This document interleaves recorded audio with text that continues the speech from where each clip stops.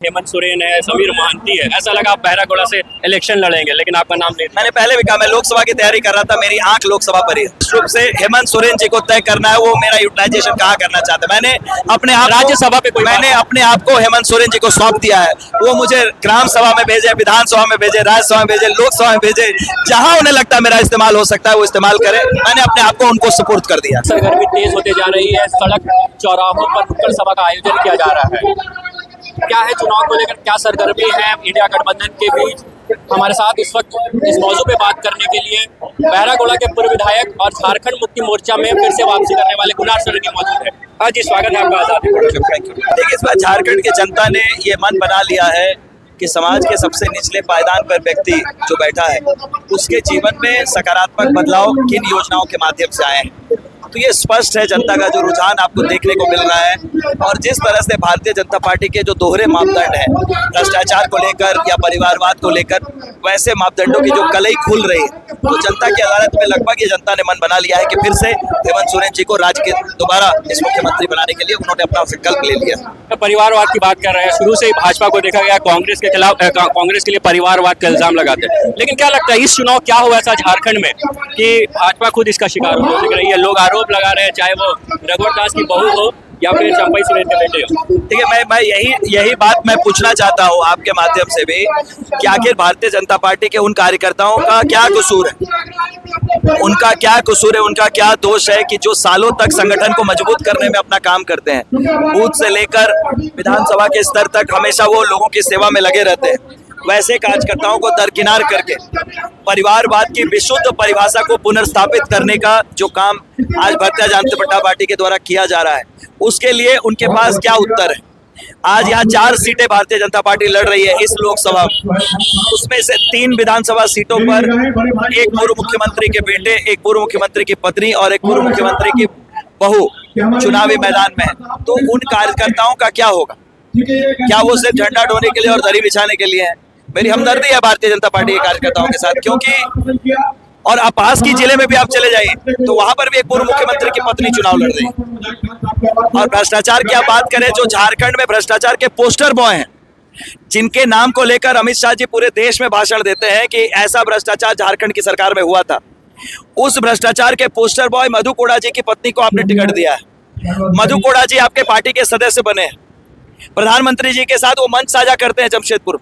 तो अब भ्रष्टाचार और परिवारवाद पर आप पूरी दुनिया को ज्ञान किस हैसियत से बांटिएगा? ये प्रश्न है मेरा आपके माध्यम से भारतीय जनता पार्टी के नेताओं से। तो कहीं ना कहीं जो 4 साल मैंने भारतीय जनता पार्टी में गुजारे, मेरे लिए भी आत्मावलोकन का विषय था कि जो दूर से दिखता है कि एक ऐसी पार्टी, नेशनल लेवल की पार्टी जो सबका साथ सबका विकास की बात करती है, कहीं ना कहीं जाति और धर्म के नाम पर लोगों को बांटकर वोट बटोरने में, परिवारवाद और भ्रष्टाचार पर दोहरे मापदंड अपनाकर वोट बटोरने में विश्वास रखती है। तो ये राज्य की जनता को पता चल चुका है, जिसका जवाब आने वाले 23 नवंबर को आपको दिखेगा। बांग्लादेशी घुसपैठियों का मामला उठा रही है भाजपा, कह रही है कि हेमंत सोरेन के वोटर्स बढ़ते हैं, बांग्लादेश से घुसपैठ आते हैं। संथाल परगना का डेमोग्राफिक चेंज हो रहा है। पश्चिम विधानसभा को हिमंता बिस्वा ने टारगेट करते हुए कहा कि डेमोग्राफी यहाँ का भी चेंज हो रहा है और आपके वोटर्स बढ़ रहे हैं। मुझे आश्चर्य भी लगता है और ये हास्यास्पद है, अगर स्कूल का हेडमास्टर या प्रिंसिपल फिजिक्स के टीचर को कहे कि स्कूल में पढ़ाई नहीं हो रही, अनुशासन नहीं है, आपको इसे देखना चाहिए। तो ये वैसी स्थिति है। देश के गृह मंत्री को बताना चाहिए कि अंतर्राष्ट्रीय borders, who is responsible for the international borders that we have? Who is responsible? The Home Ministry. If Amit Shah ji is the Home Minister of this country, why is he asking the state government to take a call whether Bangladeshi infiltration has happened in Jharkhand? तो अगर झारखंड में बांग्लादेशी घुसपैठ हुई है तो उसके जिम्मेदार home ministry है, और झारखंड की कोई भी सीमा अंतर्राष्ट्रीय सीमा नहीं है। We don't have any international border. तो जब हमारे अंतर्राष्ट्रीय सीमा ही नहीं है तो अंतर्राष्ट्रीय घुसपैठ हमारे यहाँ कैसे हो सकती है? तो ये विचित्र स्थिति है। और जब चुनाव आता है तब याद आता है, चंपई सोरेन जी 5 महीने तक इस राज्य के मुख्यमंत्री रहे, उस समय पर उन्हें बांग्लादेशी घुसपैठ नहीं दिखा।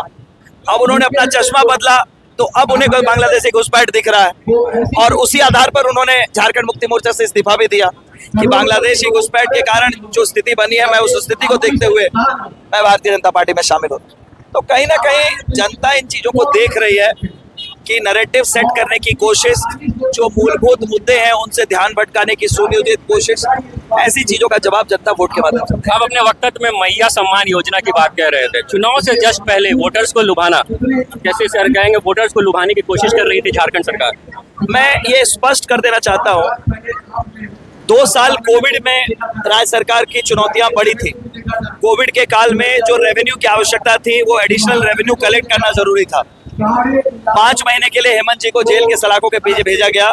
कोर्ट ने अपने बेल ऑर्डर में स्पष्ट किया कि ऐसे कोई साक्ष्य नहीं थे जिसके आधार पर एक सिटिंग चीफ मिनिस्टर को आप जेल भेज दे। तो 2.5 साल आप छोड़ दीजिए, 2.5 साल इस सरकार के पास बचे हैं। 2.5 साल में अगर राज्य सरकार ने 3 किस्तें आर्थिक रूप से महिलाओं को स्वावलंबी बनाने के लिए दी है, तमाम सीमित संसाधनों के होने के बावजूद, तो इसकी प्रशंसा होनी चाहिए, ना कि इसको नकारात्मक दृष्टिकोण के साथ देखा जाना चाहिए। और भारतीय जनता पार्टी के लोगों को किसने रोका है? केंद्र सरकार को किसने रोका है? आपने क्यों नहीं दिया? और अब जब मैया योजना की 3 किस्तें अकाउंट में जा चुकी है तो आप गोगो स्कीम लेकर आ रहे हैं। गोगो दीदी, जिसका फॉर्म में अकाउंट नंबर तक मांगा नहीं गया है और कहा जा रहा है वो फॉर्म भारतीय जनता पार्टी के दफ्तर में जमा कीजिए। क्या पैसे भारतीय जनता पार्टी अपने पॉकेट से देने वाली है? तो कोई कर रहा है अच्छा काम तो उसकी प्रशंसा होनी चाहिए, वो कोई भी पार्टी की सरकार हो। तो अगर मैया योजना इतनी बेकार योजना है आपकी नजरों में, तो आप गोगो दीदी क्यों लेकर आ रहे हैं?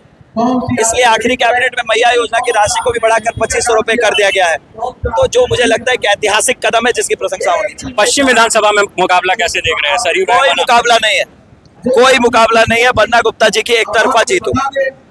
त्रिकोणीय मुकाबला देखा कोई जा रहा कोण है। नहीं है। 3 ओवैसी आने वाले, कोई- चंद्रशेखर कोई- आजाद इस वक्त पद यात्रा कर रहे देखिए, हैं इसी मार्ग पर। सीधी सी बात है, मैया योजना, स्वास्थ्य मंत्री के रूप में उनका कार्यकाल और जो ट्रेडिशनल हमारे वोटर्स हैं जो हमेशा समर्पित रहते हैं हमारे महागठबंधन के दलों के साथ, मैया योजना और तो और भारतीय जनता पार्टी के जो कार्यकर्ता आज इतने दुखी हैं इस विधानसभा में कि वो 5 सालों तक मेहनत करें और टिकट किसी और पार्टी को चला जाए, तो आप समझ सकते हो कि मनोस्थिति कैसी है। तो ये तीनों कॉम्बिनेशन को आप देखिए तो कोई टक्कर नहीं है। एक आखिरी सवाल, एक यूथ आइकन के रूप में आप उभर रहे थे भाजपा में, लोकसभा चुनाव से पहले ऐसा कहा हुआ कि इस्तीफा देना पड़ा? देखिए, मैं इसी बात बता रहा हूँ, लोकसभा चुनाव में जब टिकट मुझे नहीं दिया गया, मैं लोकसभा की तैयारी कर रहा था, आपको पता है, तो मैंने बस ये पूछा कि हर पार्टी का ये अधिकार है वो किसे टिकट देगी, मेरा उस पर प्रश्न करने का अधिकार नहीं है। लेकिन मैं जानना जरूर चाहता हूँ कि आपके सर्वेज में मुझे ज्यादा नंबर मिले, जो आपके मीडिया के सर्वे थे उसमें भी मुझे ज्यादा नंबर मिले, उसके बावजूद मुझे मौका क्यों नहीं दिया गया? तो उन्होंने कहा कि आपको अपना नाम बदलना पड़ेगा, आपको अपना टाइटल बदलना पड़ेगा, क्योंकि हमारे पास उसी टाइटल के लोगों को ही लोकसभा का टिकट दिया जा सकता है जमशेदपुर से। तो मुझे लगा जब ये स्थिति है कि मुझे अपना नाम बदलना पड़े, तो मुझे लगता है इस प्लेटफॉर्म पर मुझे वो सम्मान नहीं मिल सकता है या मैं वो उत्साह नहीं मिल सकता है। और मेरे कार्यकर्ताओं के साथ जिस तरह का दुर्व्यवहार किया गया, सम्मान किया गया, लगातार मैं अपनी बातों को कहता रहा, चुनाव के परिणाम आने के बाद भी 2 महीने तक किसी कार्यक्रम में मुझे सूचना नहीं देना, मुझे नहीं बुलाना, अपमानित करना, इन सभी बातों को जब मैंने प्रदेश के पदाधिकारियों के पास रखा और कोई संज्ञान नहीं लिया गया, तो अंतोगत्वा जुलाई की 7 तारीख को मैंने भारतीय जनता पार्टी के प्राथमिक सदस्य से इस्तीफा दिया। विधानसभा चुनाव से पहले एक तस्वीर वायरल हुई है, हेमंत सोरेन है, समीर महांती है, ऐसा लगा आप बहरागोड़ा से इलेक्शन लड़ेंगे, लेकिन आपका नाम नहीं। मैंने पहले भी कहा मैं लोकसभा की तैयारी कर रहा था, मेरी आंख लोकसभा पर ही है। ये राजनीतिक विशेषज्ञों का कहना है कि राज्यसभा भेजने की तैयारी। देखिए, मैंने कहा स्पष्ट रूप से हेमंत सोरेन जी को तय करना है, वो मेरा यूटिलाइजेशन कहाँ करना चाहते हैं। मैंने अपने आप राज्यसभा पे मैंने अपने आप को हेमंत सोरेन जी को सौंप दिया है। वो मुझे ग्राम सभा में भेजे, विधानसभा में भेजे, राज्यसभा में भेजे, लोकसभा में भेजे, जहां उन्हें लगता है मेरा इस्तेमाल हो सकता है वो इस्तेमाल करें। मैंने अपने आप को उनको सुपुर्द कर दिया। चलिए, बहुत शुक्रिया।